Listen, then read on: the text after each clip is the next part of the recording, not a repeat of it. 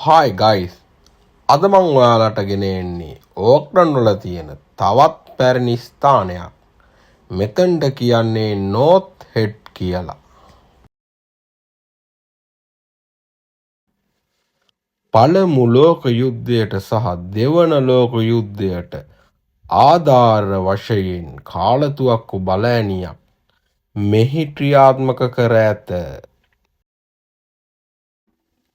මෙය 1885 සිට 1950 දක්වා සක්‍රීයව ක්‍රියාත්මක වී ඇත.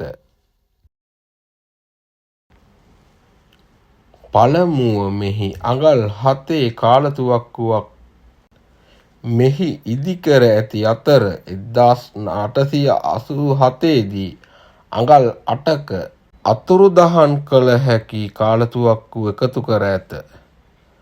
1891 දී මෙම බලකොටුව වැඩි දියුණු කර පැරණි බැරැක්ක සිරකඳවුරු බවට පත් කර ඇත. නැවත 1904 දී අඟල් 6 MK7 කාලතුවක්කු පද්ධතියක් ආරම්භ කර ඇත. මෙම ස්ථානය අතීත යුද්ධවල බිහිසුණු මතකයන් රැඳුණු ස්ථානයකි.